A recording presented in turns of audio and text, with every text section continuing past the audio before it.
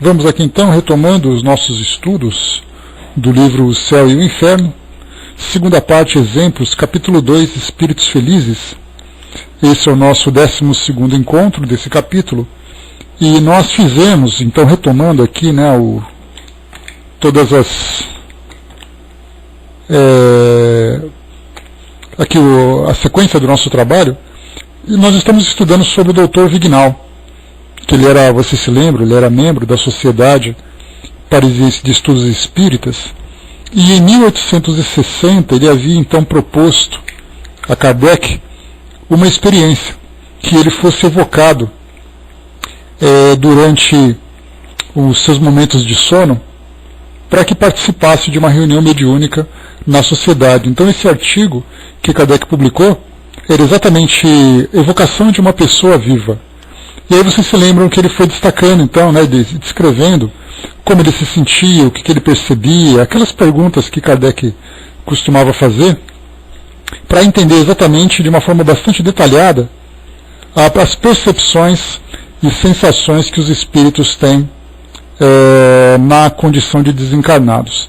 No caso dele, não era desencarnado, mas exatamente nessa condição de excepcionalidade em que ele estava ali em emancipação, em desdobramento. Poderíamos dizer, dentro de uma linguagem mais conhecida, fora do ambiente espírita, ele estava ali vivendo uma experiência de viagem astral, só que se comunicando através dos canais mediúnicos. E como nós lembramos também, a partir dessa experiência, não apenas dessa, mas de outras experiências que Kardec tinha experimentado lá na sociedade, nas reuniões, nós lembramos então que mediunidade não deve, o entendimento sobre mediunidade não deve ficar restrito na comunicação dos vivos com os mortos, mas a mediunidade, ela é a comunicação dos espíritos, não importa se se encontram na condição de desencarnados ou de encarnados, com o mundo material através de um médium. Essa experiência, inclusive, foi aqui realizada, né, já comentei com vocês, em São Paulo, num dos grupos mediúnicos da Fundação Espírita Nosso Lar Casas André Luiz, em que eles começaram então a perceber a manifestação de espíritos de pacientes que estavam internados, né? Vocês sabem que aqui na André Luiz tem um trabalho muito forte de atendimento social a pessoas com deficiências intelectuais. Então, alguns espíritos começaram a se manifestar. E eram exatamente de pacientes que fisicamente estavam ali incomunicáveis, dado o alto grau de limitação que eles apresentavam, mas nas reuniões mediúnicas eles se comunicavam. Então isso já mostrou para nós então que comunicação mediúnica não significa mortos com vivos, significa espíritos conversando então com os encarnados através desse recurso mediúnico. E até mesmo entra aqui também mais um ponto que nós já vimos em André Luiz e outros estudiosos, em que a mediunidade fala também de espíritos de um plano mais elevado se comunicando com espíritos de um plano menos elevado, através de uma entidade que se coloca na condição de mediunidade. Então nós poderíamos dizer, de modo mais genérico, que a mediunidade é a comunicação de dois planos diferentes, duas dimensões diferentes, tanto do material para o espiritual, como entre o próprio espiritual de uma mais alta para uma mais baixa. Isso genericamente, a partir dessas experiências que nós vimos aqui, lembrando que o médium, como Kardec destaca, nada mais é do que aquele que intermedia a comunicação entre duas dimensões. Só um instantinho aqui, só fechar uma janela. Então, muito bem, em 1860, quando Kardec realizou essa experiência com o Dr. Vignal, de uma forma premeditada, se combinaram, o Dr. Vignal se apresentou como voluntário para essa experiência, muito bem sucedida, como nós vimos no resultado.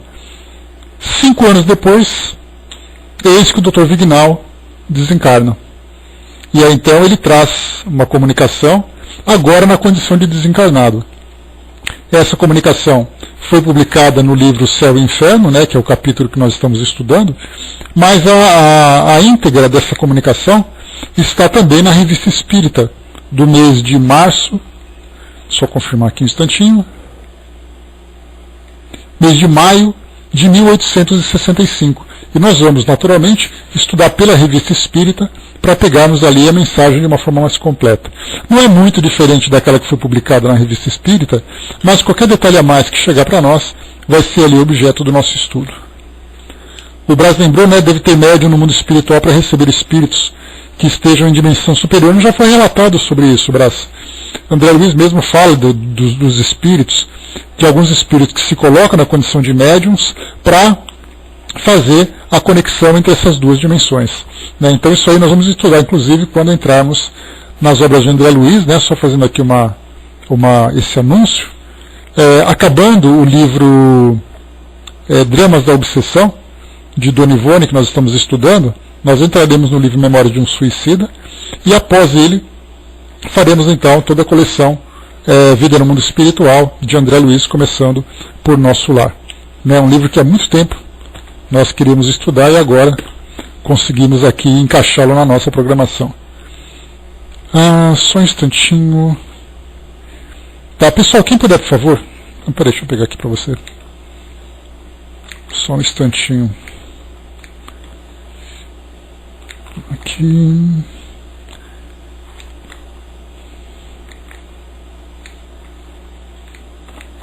Rapidamente, só um instantinho.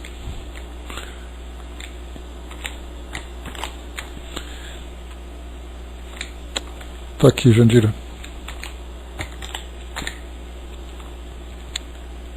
Então, em maio de 1865, na Revista Espírita, seção Conversas de Além Túmulo, em que Kardec sempre publicava uma nova comunicação, né, uma mensagem do plano espiritual, o Dr. Vignal então se comunica. Ele diz assim, então: a data, Sociedade de Paris, 31 de março de 1865, pelo médium Sr. Deslian. Por certo, nossos leitores se lembram dos interessantes estudos sobre o espírito de pessoas vivas, publicados na revista de janeiro e março de 1860, e aos quais se haviam submetido os senhores Conde R. e o Dr. Vignal. Nós estudamos então a edição de março de 1860, que era a comunicação do Dr. Vignal. Este último, afastado há vários anos, faleceu em 27 de março de 1865. Na véspera do enterro, perguntamos a um sonâmbulo muito lúcido, que via bem os espíritos, se o enxergava. Ele disse: vejo um cadáver no qual se opera um trabalho extraordinário. Dir-se-ia uma massa que se agita e como algo que faz esforços para se libertar dela, mas que tem dificuldade em vencer a resistência. Não distingo forma de espírito bem determinada. Uma descrição muito interessante, porque estava vendo ali então o espírito se desprendendo. E essa agitação natural, né, que acontece, mais ou menos intensa, conforme a elevação moral e o desapego que o espírito apresenta com relação ao mundo físico. E por isso, né, esse tipo de descrição, ele acaba trazendo para nós um reforço muito interessante quando se fala, por exemplo, sobre a cremação, em que Emmanuel traz aquela orientação através do Chico sobre aguardar as 72 horas, que era o tempo necessário para que o espírito se desprendesse. Isso também de uma forma genérica, porque esses espíritos que nós estamos vendo aqui na categoria de espíritos felizes, eles rapidamente se desvencilham do corpo físico. Mas quando nós falamos em espíritos comuns, ainda com seus vícios, tendências, apegos e todas as dificuldades características, né, da nossa inferioridade, esse tempo demora um pouco mais. Então, mais uma vez, o sonâmbulo lúcido disse para nós: veja um cadáver no qual se opera um trabalho extraordinário. Ele viu o corpo e nesse corpo alguma coisa estava acontecendo. Dir-se-ia uma massa que se agita e como algo que faz esforços para se libertar dela, mas que tem dificuldade em vencer a resistência. não distingo forma de espírito bem determinada. Então interessante, né? Bom dia, Zé. No dia 31 de março, o Dr. Vignal foi evocado na Sociedade de Paris. O mesmo sonâmbulo assistia, adormecido, à sessão durante a evocação. Viu-o e o descreveu perfeitamente, enquanto se comunicava com o médium de sua escolha. Dissemos de sua escolha, porque a experiência demonstra o inconveniente de impor um médium ao espírito, que pode não encontrar nele as condições necessárias para se comunicar livremente. Quando se faz pela primeira vez a evocação de um espírito, convém que todos os médiuns presentes se ponham à sua disposição e esperem que se manifeste por um deles. Nesta sessão havia 11 médiuns. Olha que informação tão preciosa que Kardec apresenta para nós. Porque dentro do nosso entendimento, colocamos ali um médium e fazemos a evocação de um espírito.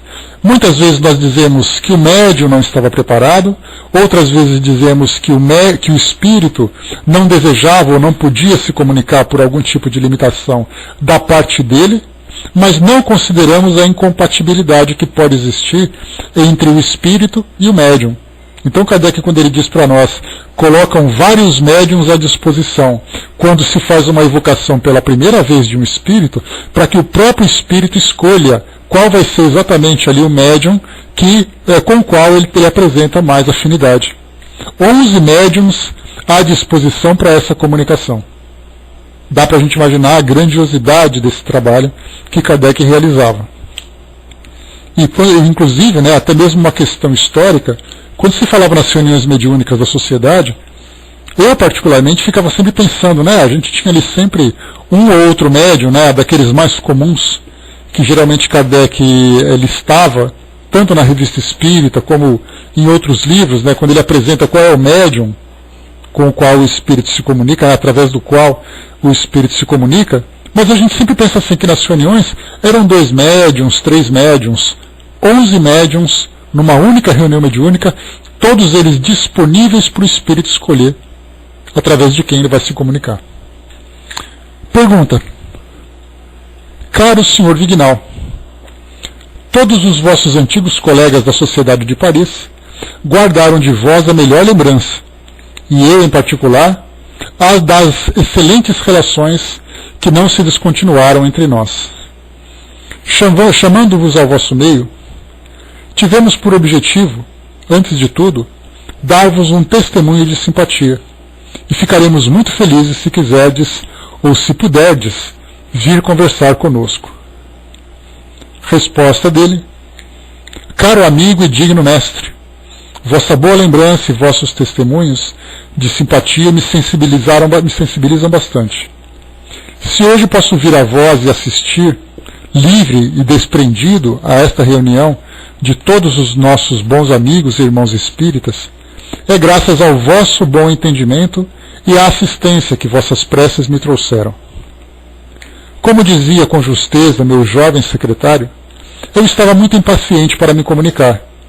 Desde o começo desta noite, empreguei todas as minhas forças espirituais para continuar esse desejo, para dominar esse desejo. Vossas conversas e as graves reflexões que discutistes, interessando-me vivamente, tornaram minha espera menos penosa. Perdoai, caro amigo, mas eu precisava manifestar o meu reconhecimento. Aqui tem um detalhe muito interessante, porque ele estava presente desde o início da reunião, impaciente para se comunicar, mas ele acabou então se ocupando, bom dia, André, se ocupando com as discussões, as conversas, os debates que se travavam ali como prévia para essa reunião mediúnica. Mas geralmente nós temos ali muitos relatos, inclusive próprias mensagens das psicografias, em que os espíritos, logo na introdução, mostravam uma grande impaciência. E colorida também pelo próprio grau evolutivo em que eles se encontravam. Por exemplo, um espírito inferior, quando ele está impaciente, ele já chega reclamando. Como eu já li para vocês naquelas comunicações pessoais que eu tenho guardadas, o espírito diz assim: eu não vi a hora de vocês acabarem com essa conversa para eu me comunicar. Ou então outro espírito: cheguei aqui logo de manhã, fiquei esperando o tempo todo e eu quero falar logo. Então, muito comum, espíritos que querem trazer essas comunicações pessoais, comunicações familiares, demonstrarem esse tipo de impaciência e reclamarem na mensagem. No caso do Sr. Vignal, sendo um espírito que conhece a rotina do trabalho, que um espírito que tem essa elevação moral, também trazia essa ansiedade para se comunicar, ainda mais ele que fazia parte dos trabalhos e queria trazer ali uma visão, uma outra perspectiva para a instrução de todos os presentes, compreendeu então a demora e acabou participando, ainda que mentalmente, das discussões que se apresentavam ali.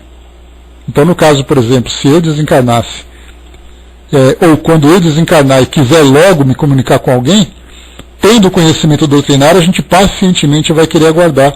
Mas imagina quantas coisas a gente vai querer contar, nesse caso eu vou querer contar, vendo do lado espiritual, tudo aquilo que nós estudamos na teoria. Deixa eu ver aqui. O Brás colocou até os seres, até os superiores devem ficar meio impacientes, ouvindo a bela voz do Brasil. Sem dúvida, Brás, sem dúvida. Mas vamos lá. Kardec coloca uma nota para nós. Desde que se tratou do Sr. Vignal, o médium sentiu efetivamente a influência desse espírito que desejava comunicar-se com ele, por ele. Aqui um outro detalhe para a gente comentar também, é que o médium, estando à disposição para a comunicação do espírito, ele é, como nós sabemos, por princípio, um médium sensitivo. Kardec comenta isso lá no Livro dos Médiuns, lembrando que apesar das faculdades ostensivas que o médium apresenta, como por exemplo médium de cura, psicografia, psicofonia e tantas outras faculdades, ele é por princípio sensitivo. Significa que ele sente a presença do espírito. Então isso é uma faculdade. Depois ele, além de sentir a presença do espírito, as suas vibrações, as suas ideias, seus pensamentos e tudo mais, ele também acaba sentindo, ele acaba depois exercendo a faculdade, vamos dizer assim, a principal, que seria, por exemplo, aquela que é mais ostensiva, como no caso da psicofonia ou da psicografia. Nesse caso, os médiuns estavam à disposição, como nós vimos, aquele grupo de 11 médiuns à disposição do espírito do Sr. Vignal, ou do Sr. Vignal, né? Eu não gosto de falar do espírito de tal pessoa, porque dá a impressão de que ele é uma pessoa e o espírito dele é uma outra coisa. Na verdade, ele é o próprio espírito. Então, o Sr. Vignal, para se comunicar, enquanto os debates aconteciam, esse processo de aproximação e de afinização entre o espírito e o médium já estava acontecendo. Então, supondo que essa conversa, essas discussões, demorassem ali meia hora, o médium estaria sentindo a presença do espírito durante essa meia hora, embora ainda não estivesse dando a passividade. Então a gente pode imaginar, nesse caso o Sr. Vignal, um espírito elevado, um espírito compreensivo e tudo mais. Mas imagine um espírito mais inferior. A aflição que o médium fica e sentindo aquela aflição, aquela agonia, aquela impaciência do espírito durante essa meia hora de espera. Esse é um dos efeitos dessa sensibilidade que os médiums têm, que precisam saber controlar. Naqueles médiums menos preparados, durante muitas vezes uma reunião, uma leitura de um texto, uma instrução prévia antes de começar as comunicações, muitas vezes o espírito simplesmente invade a reunião. Ele já começa a falar e tem que interromper o trabalho para poder conter o espírito, e isso devido à dificuldade que o médium tem de lidar ainda com essa relação com os espíritos. Continuando, vamos lá. A Paty lembrou aqui, né, sente mesmo, dá um frio, é enregelante, e dá vontade de chorar, de gritar, é um trabalho árduo de conter. Nesse caso, quando os espíritos são espíritos inferiores, porque essa sensibilidade do médium capta o estado emocional do espírito e o estado moral também. Então, no caso de atendimento aos espíritos sofredores, a obsessores e tudo mais, o médium tem que estar ali muito firme para manter o seu equilíbrio, porque do contrário o espírito simplesmente invade, toma conta do médium e passa por todo esse processo de reequilíbrio, que é tão difícil dentro dessa comunicação. Pergunta: antes de mais, dizei como vos achais no mundo dos espíritos. Ao mesmo tempo, tende a bondade de descrever o trabalho da separação, vossas sensações nesse momento, e dizer ao cabo de quanto tempo recobrastes a razão. É claro que Kardec, recebendo o relato daquele médium sonâmbulo, aquele sonambúlico, vendo ali aquela massa se agitando naquele cadáver, é óbvio, era quase que certo que Kardec ia fazer perguntas relacionadas com esse processo, né? Sorte nossa, porque agora nós vamos aprender um pouco mais também sobre essa passagem, esse desligamento.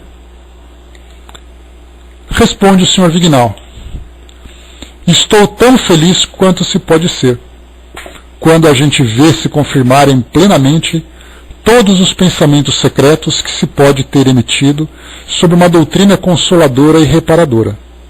Sou feliz, sim, porque agora vejo, sem qualquer obstáculo, desdobrar-se à minha frente o futuro da ciência e da filosofia espíritas. Mas afastemos por hoje as digressões inoportunas.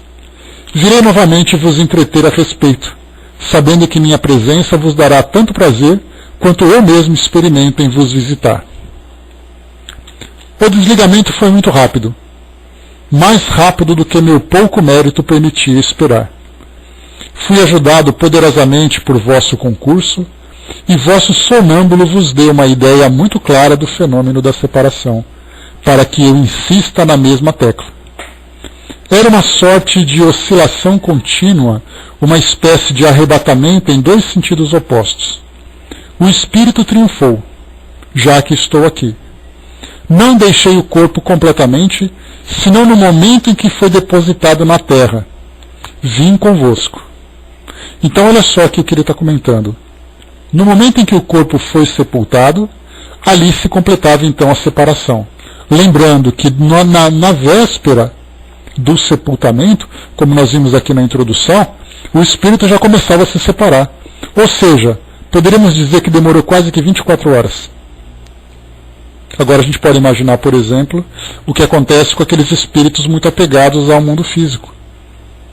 Às vezes 72 horas, como lembra Emmanuel, é muito pouco para um espírito ainda muito apegado à matéria.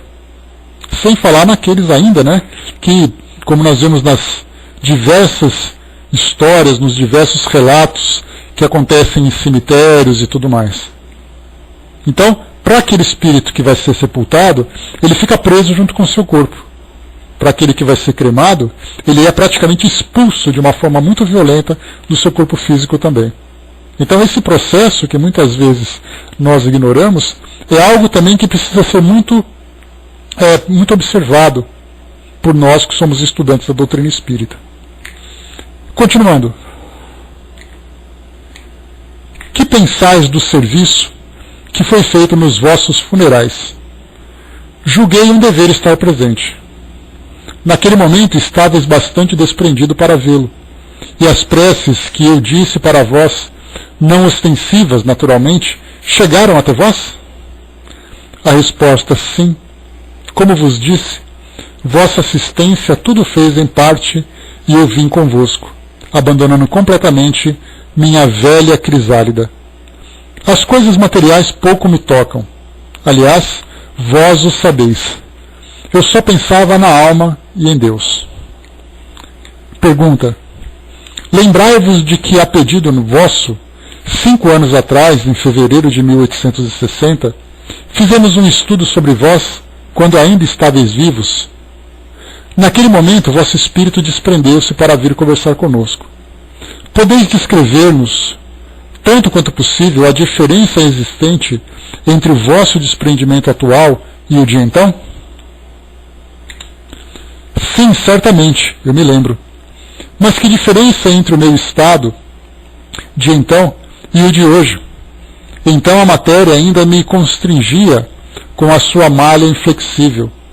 Eu queria me desligar de maneira mais absoluta e não podia. Hoje sou livre. Um vasto campo, o do desconhecido, abre-se à minha frente, e com a vossa ajuda e a dos espíritos bons, aos quais me recomendo, espero avançar e me penetrar o mais rapidamente possível dos sentimentos que devo experimentar e dos atos que preciso realizar para subir o caminho da prova e merecer o mundo das recompensas. Bom dia, fraterno. Que majestade, que grandeza! É quase um sentimento de assombro que domina, porquanto, fracos como somos, queremos fixar as sublimes claridades. Aqui então deu para perceber que a liberdade que nós desfrutamos durante o nosso sono físico, embora para nós pareça uma grande liberdade, quando desencarnado o espírito sente uma diferença quase que imensurável, ou seja, algo muito gritante entre o espírito, mesmo nessa liberdade parcial, ele continua ainda ligado ao corpo físico, preso e restrito por essa conexão, a do espírito livre, sem nenhum tipo de impedimento, a não ser o impedimento da sua própria mente, de suas próprias crenças, né? Kardec comenta: de outra vez, estimaremos muito continuar essa conversa, quando quiserdes regressar entre nós. Resposta: respondi sucintamente e sem sequência às vossas diversas perguntas. Não exigis ainda muito de vosso fiel discípulo, pois não estou inteiramente livre. Conversar ainda seria minha felicidade. Meu guia modera meu entusiasmo e já pude apreciar bastante a sua bondade e a sua justiça, para me submeter inteiramente à sua decisão, por mais pesar que eu sinta em ser interrompido. Consolo-me pensando que poderei vir muitas vezes assistir incógnito às vossas reuniões. Falarei convosco algumas vezes. Amo-vos e quero prová-lo. Mas outros espíritos mais adiantados que eu reclamam prioridade e eu deveria apagar-me ante os que houveram por bem permitir o meu espírito dar livre curso à torrente de pensamentos que eu havia acumulado. Aqui a gente lembra que essa comunicação ela veio logo após o sepultamento dele, no dia seguinte, né, ao seu sepultamento. Então, ele ainda trazia ali aquelas sequelas, né, daquela agitação que foi a separação do seu corpo físico. Deixo-vos, amigos, e devo agradecer duplamente, não só a vós, espíritas, que me chamardes, mas também a este espírito, que permitiu que eu tomasse o seu lugar e que, em vida, usava o nome ilustre de Pascal. Ou seja, Pascal, né, um cientista da época, ele acabou então simplesmente cedendo o lugar para que o Dr. Vignal se comunicasse, porque muito mais do que uma comunicação, era na verdade uma grande instrução que aquele grupo recebia. Que era aquele grupo que o grupo recebia. Então, na verdade, não foi simplesmente uma comunicação sem um fim produtivo, né? Depois ele assina: aquele que foi e será sempre o mais devotado de vossos adeptos, Dr. Vignal. Kardec traz aqui para nós uma pequena nota. Com efeito, o Espírito Pascal deu em seguida a comunicação publicada adiante, sob o título de O Progresso Intelectual. E aqui então, uma comunicação para a instrução de todo o grupo que lá se apresentava. A Fátima perguntou: existe alguma comunicação de espíritos desencarnados crianças? Olha, você vai encontrar, Fatival, nas obras de Chico Xavier, crianças do mundo espiritual, jovens do mundo espiritual, não apenas comunicação, mas livros escritos sobre elas. Inclusive nós temos ali um relato muito interessante de uma família aqui em São Paulo. Eu não me recordo exatamente em que época, se era na década de 1960, 1970, não me recordo, mas eu posso pesquisar depois aqui que eu tenho na minha biblioteca. E era um grupo de uma família que viajava, se não me engano, em 2 carros. Um dos carros capotou, era uma Kombi naquela época, e ela então capotando fez com que 3 crianças da família desencarnassem ao mesmo tempo. Essas 3 crianças depois se comunicaram e aí então se tornou um daqueles livretos, né? Não era um livro muito calibroso, era um livro até rápido de leitura, em que essas crianças então se comunicavam e conversavam com os pais. Então nós temos algumas publicações através do Chico, que se tornaram livros, e claro, outras tantas comunicações de espíritos que se comunicam através de outros médiuns. Aí precisaria, nesse caso, fazer um garimpo para tentar encontrá-las, né? Mas através desse livro fica fácil de encontrar. Eu vou depois aqui pesquisar na minha biblioteca, e eu posto lá no nosso grupo no Facebook. Tá? Só para vocês terem ali uma ideia. E outros casos também. Cristãozinho, bom dia. Cristã Zalim, isso. O Brás colocou, né? Eles esperam o tempo necessário para o espírito voltar à forma de adulto. É relativo, Brás, porque muitas vezes, se é uma comunicação instrutiva ou se é uma comunicação consoladora, o aspecto de criança é o necessário para que aquela família seja consolada. Não necessariamente, Brás, não seria uma aberração, porque dependendo da finalidade, mesmo que o espírito já recobre a sua consciência como adulto, ele se comunica como criança, porque é exatamente para manter a sua personalidade, porque do contrário ele não vai levar a mensagem consoladora que a família espera. Mas então eles esperam, sem dúvida, que o espírito recobre aquela maturidade para que não sofra ali todas as consequências. Mas nesse caso dos livros do Chico, por exemplo, eles falam de uma colônia de crianças, e essas crianças se comunicam através da colônia, mantendo ainda essa personalidade infantil. Ou seja, são crianças que demoram muito tempo para poderem se adaptar a essa nova realidade. A gente vai depois conversar um pouco mais sobre isso. Posso até trazer para vocês aqui algumas dessas comunicações, para entendermos como lidam com esse processo de adaptação no plano espiritual. Muito bem, estudamos aqui então o Sr. Vignal, o Dr. Vignal. O próximo espírito que nós vamos estudar é o Sr. Victor Leboeuf, que é aqui na sequência do Dr. Vignal. Essa é uma comunicação que se encontra somente aqui no livro Céu e o Inferno. Então vamos a ela, aqui para dar continuidade no nosso estudo. Jovem piloto de barra. O piloto de barra, como tem aqui na nota de rodapé, é aquele marinheiro encarregado da pilotagem de um navio na entrada e na saída de um canal, uma baía, uma enseada. Hoje essa profissão dentro do mundo naval é chamada de prático. Então o prático é aquele que conhece as entradas e saídas, né?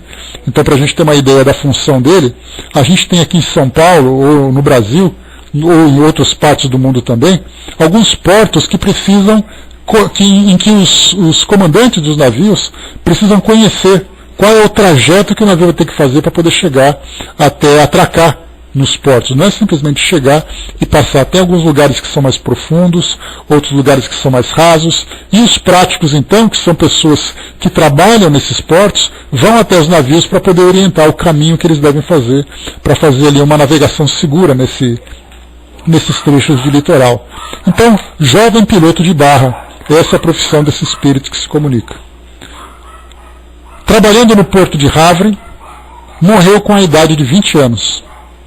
É o segundo jovem que nós pegamos, né? Pegamos ali a senhorita Emma, que também era uma jovem que desencarnou vítima de um incêndio, e agora temos aqui esse outro jovem espírito.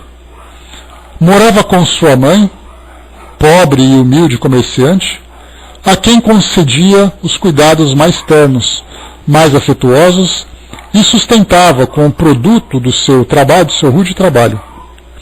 Nunca foi visto frequentando os cabarés, nem se entregando aos excessos tão frequentes na sua profissão, porque não queria desviar a menor parte do que ganhava do piedoso uso que lhe dava.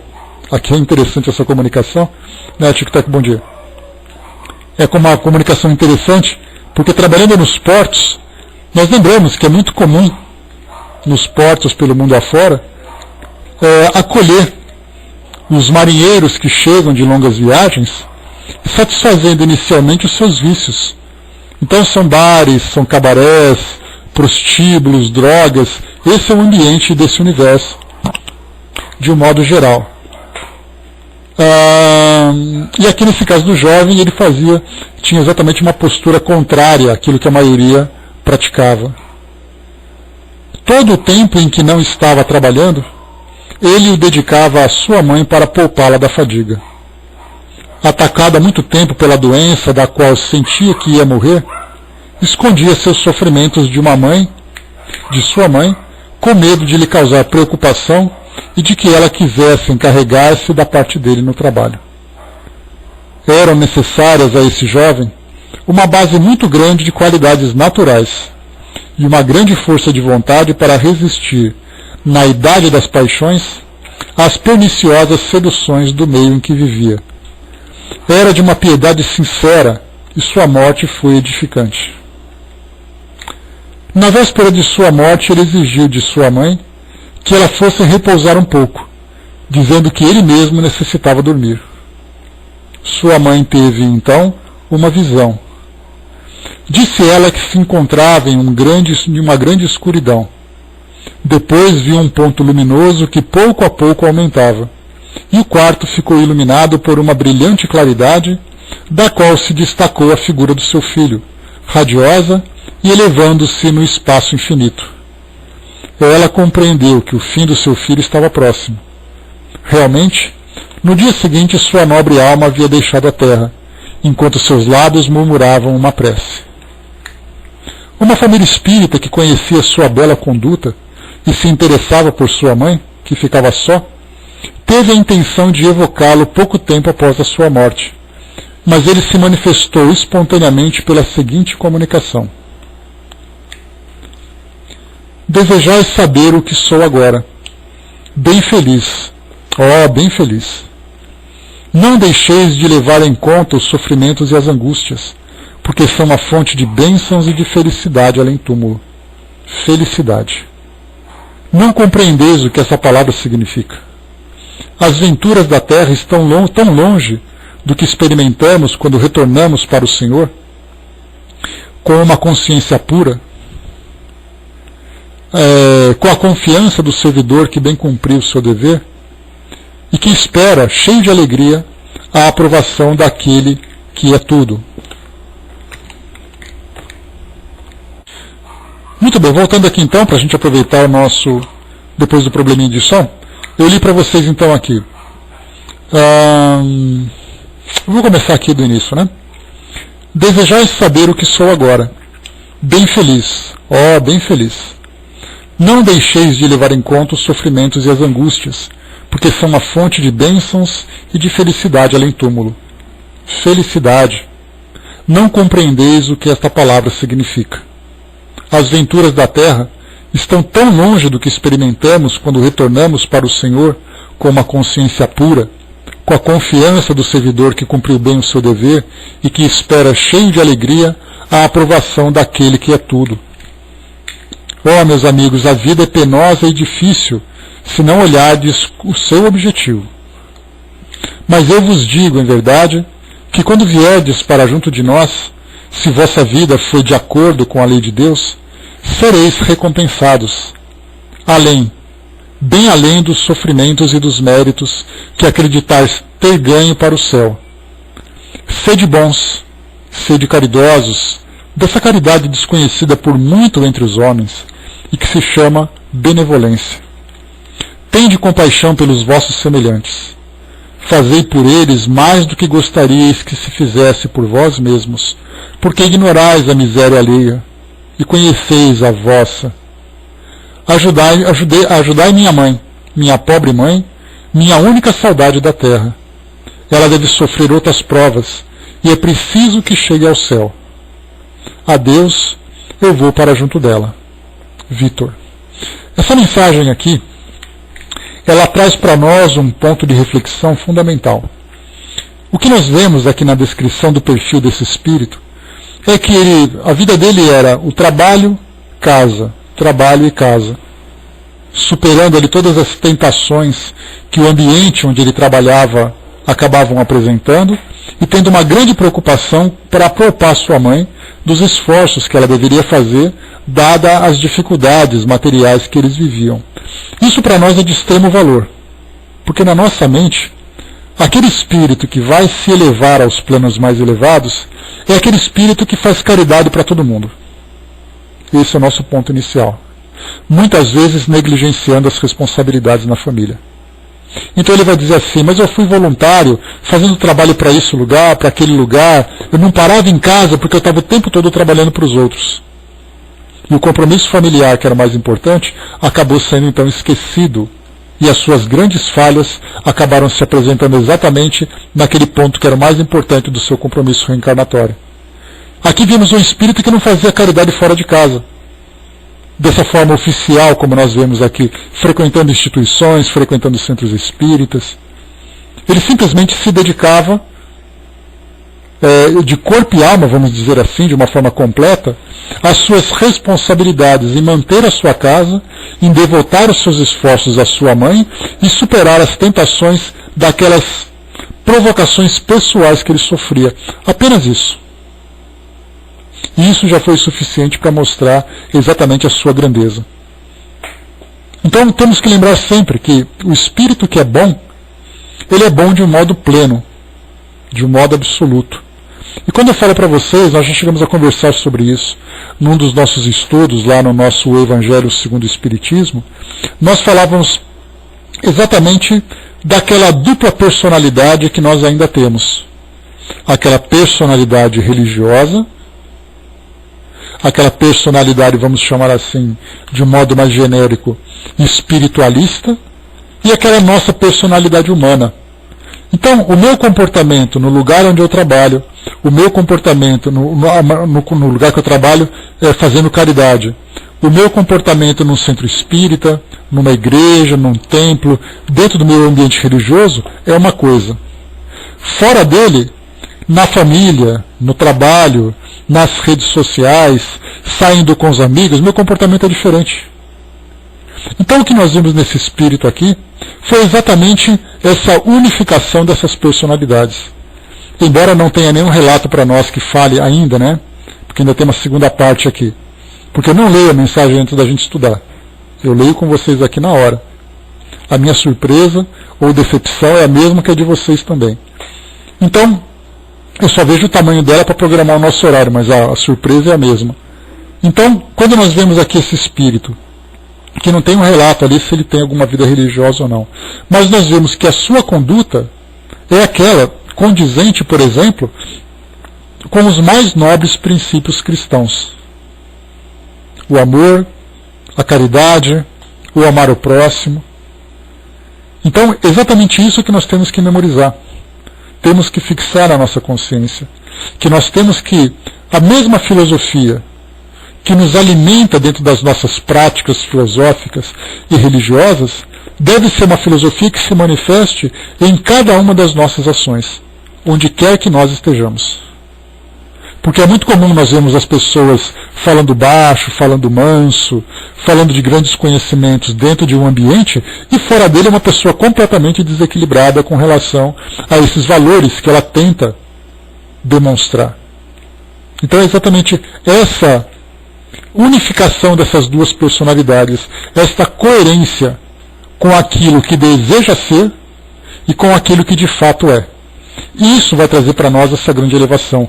E esse espírito mostrou para nós que na sua juventude, como Kardec mostra, já trazia valores natos.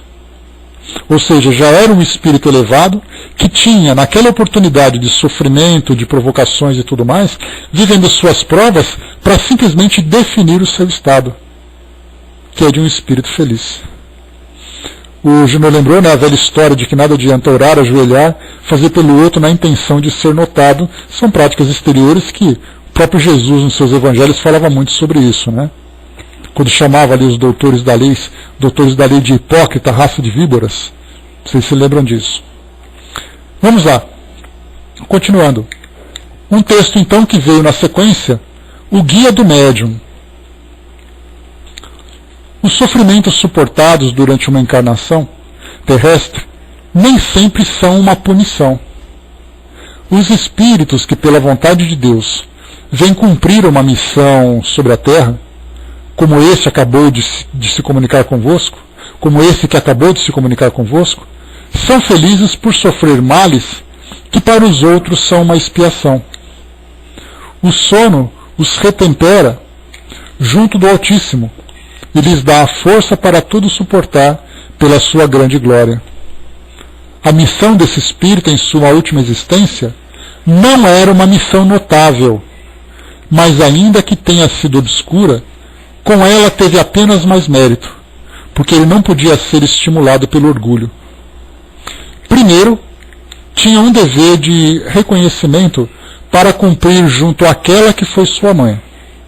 Em seguida, devia mostrar que nos piores meios podemos encontrar almas puras, com sentimentos nobres e elevados, e que com a vontade podemos resistir a todas as tentações. É uma prova de que as qualidades têm uma causa anterior, e seu exemplo não terá sido infrutífero. Você percebe então que esse tipo de mensagem era uma mensagem que deveria ser colocada nas instruções dos Espíritos do Evangelho segundo o Espiritismo. Tamanho valor que ela tem para nós. Então a ideia que nós temos, que nós precisamos fazer grandes coisas pela humanidade, sem dúvida nenhuma, dentro das nossas possibilidades, esse é o melhor caminho que vai certamente nos promover espiritualmente, através do exercício desses valores. Mas certamente cada um de nós traz ali um compromisso íntimo, um compromisso pessoal, que tem muito mais valor quando ele é trabalhado silenciosamente. Eu tenho compromissos meus com as minhas ideias, com as minhas tendências, com as minhas dificuldades, dentro do meu ambiente familiar, para serem resolvidos de uma forma muito mais importante do que aquele que é resolvido, por exemplo, na comunidade. Mas sabe o que acontece, Tico Teco? Essa mania de grandeza que você colocou, ela vai muito ao encontro dessa ideia de que nós precisamos receber o reconhecimento do ambiente onde nós vivemos. Quantas vezes nós temos a necessidade de sermos elogiados para que isso seja para nós algo importante. O nosso ego precisa disso. Alguém dizer para você, olha, parabéns, você fez isso, ou então você recebe um reconhecimento, um diploma, uma fotografia, uma placa e tudo mais. Sendo que, na verdade, aquilo que é trabalhado de nós silenciosamente, e essa é uma situação bastante perigosa para nós, porque aquilo que é trabalhado silenciosamente não tem ali o reconhecimento de pessoas de fora. Só nós sabemos o que nós precisamos fazer quando nós começamos a fazer aquele trabalho de autoconhecimento. Vocês se recordam dos 3 passos que nós damos no aprendizado dos temas do Evangelho. Primeiro, eu preciso entender o que é certo e o que é errado, o que é bom e o que é ruim. Quais são as virtudes e quais são as imperfeições características do ser humano. Depois eu preciso fazer uma revista dentro de mim para saber exatamente o que eu tenho daquelas imperfeições ou o que eu tenho daqueles valores. E depois, finalmente, fazer aquele trabalho de transformação que é a nossa famosa reforma íntima, uma expressão muito falada dentro do meio espírita, porém muito pouco compreendida. Porque a gente acha que a reforma íntima é nós sermos bons com as pessoas, sermos bons com a humanidade, começarmos a fazer trabalhos de grandes reconhecimentos, fazermos parte dos grandes grupos. Tudo isso é importante, não tenhamos dúvida disso. Mas esse não é o objetivo. Esse é o reflexo do objetivo principal. Quando eu me transformo, isso se reflete nas minhas ações, onde quer que eu esteja. Seja sozinho, seja no meu pequeno círculo íntimo, seja exteriorizando isso para um grupo maior, para a coletividade. Então, na verdade, a caridade que nós prestamos é uma consequência da nossa transformação. E os espíritos chamam muita atenção nesse sentido, quando nós, por exemplo, para alguém que vai a um centro espírita pedir um atendimento fraterno. Não porque eu estou com problema, porque eu estou sofrendo, porque minhas relações são assim, por isso, por aquilo. E os espíritos recomendam, olha, vá ao centro espírita e comece a fazer um trabalho de caridade. Nós percebemos o quê? Que eles fazem para nós, passam um trabalho de caridade como uma terapia, para que esse tipo de trabalho desperte em nós esses valores que estão adormecidos. Sendo que, na verdade, para o espírito evoluído, ele já tem esses valores desenvolvidos que se refletem na sua conduta, diante das oportunidades de praticar a caridade. Então a recomendação é, trabalhe com a caridade, trabalhe na sua igreja, trabalhe no centro espírita, para que as situações, as experiências, o contato com as pessoas, com a dor das pessoas, façam com que as pessoas se sensibilizem. O espírito já sensível já procura, ele já vê as oportunidades. Para aquele espírito ainda endurecido, como acontece com a grande maioria de nós, temos então a necessidade de fazer com que alguma coisa desperte em nós essa necessidade, essa sensibilidade. Então, eis a importância. Nós que aprendemos constantemente, diariamente, sobre esses valores, para nós que somos espíritas, gostamos de ler mensagens, de ouvir palestras, de participar de eventos, de participar de grupos de estudos, todas essas informações, esse conteúdo intelectual que nós estamos absorvendo, é para nós, na verdade, o combustível que vai alimentar cada vez mais a nossa fé e, ao mesmo tempo, fazer com que os nossos valores se desenvolvam cada vez mais. Poderíamos dizer que é aquele adubo sublime que faz com que brote em nós todas as sementes que se encontram ali, num estado latente, num estado adormecido. Então, observemos muito isso. A prática, a frequência, a leitura, tudo isso é importante. Mas nada vai ter grande importância, de fato, se isso não me transformar intimamente. Vemos um espírito aqui, então, que demonstrou isso para nós na prática. A Paty colocou, o que difere é a nossa capacidade de lidar com o elogio, que ele pode servir apenas de estímulo. É aquilo que a gente fala, Paty, com relação aos principais ingredientes que formaram a nossa personalidade no início da nossa jornada espiritual.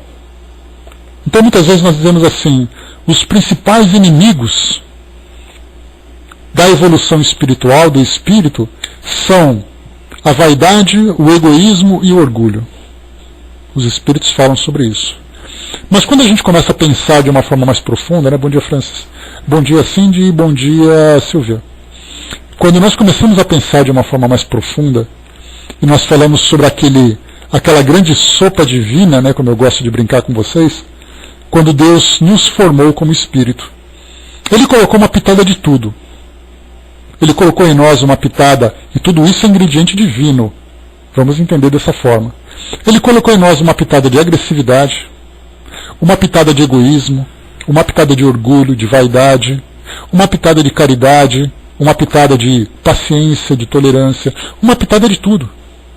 Porque conforme nós vamos evoluindo, se nós não tivéssemos no passado, por exemplo, um instinto de agressividade, nós seríamos facilmente destruídos pela agressividade do meio. Então é gritar, é bater, é correr, é morder. No passado, naquela época mais primitiva, o indivíduo que ficava passivo diante de uma situação agressiva, ele morria facilmente. O egoísta, o que era o egoísta? Ele queria guardar para ele aquilo que era mais importante, começando por aquilo que era material. Ele precisava guardar as suas ferramentas, a sua comida, o local de trabalho, a sua família. O orgulho, o que era o orgulho? É ele se sentir bem com alguma coisa que ele fez. Porque do contrário ele não teria estímulo para poder se desenvolver cada vez mais. A vaidade é ele se sentir bem, se sentir feliz. Com o passar do tempo, isso que inicialmente era uma necessidade, acabou se tornando para nós um empecilho. Porque nós começamos a desenvolver outros valores. Eu preciso ser agressivo nos tempos de hoje, não com aquele mesmo primitivismo do passado. Mas se algumas vezes eu não alterar a voz para limitar a ação de alguém, eu vou ser constantemente ultrapassado, sendo superado pela ação do outro em detrimento das minhas necessidades. O orgulho, sem dúvida nenhuma, ele é necessário. Mas nós precisamos agora dosar o efeito desse orgulho. Porque do contrário, ele vai se transformar muito mais num prazer do que o resultado de um trabalho. Um elogio, sem dúvida nenhuma, um reconhecimento daquilo que nós fazemos é fundamental. Então nós precisamos dizer, olha, isso aqui já é excesso. É igual ao açúcar. O açúcar é uma delícia. Mas e se ele for comido em excesso? O que acontece? Ele acaba se transformando numa doença agressiva, destrutiva, por exemplo, como o diabetes. Então tudo para nós é assim. Conforme a gente vai evoluindo, aquilo que para nós pode trazer algum tipo de prejuízo é, sem dúvida, para nós algo muito negativo. Por exemplo, Chico Xavier recebia muitos elogios. Sem dúvida, ele precisava conter o efeito daqueles elogios, porque do contrário ele acreditaria que era mais do que de fato era.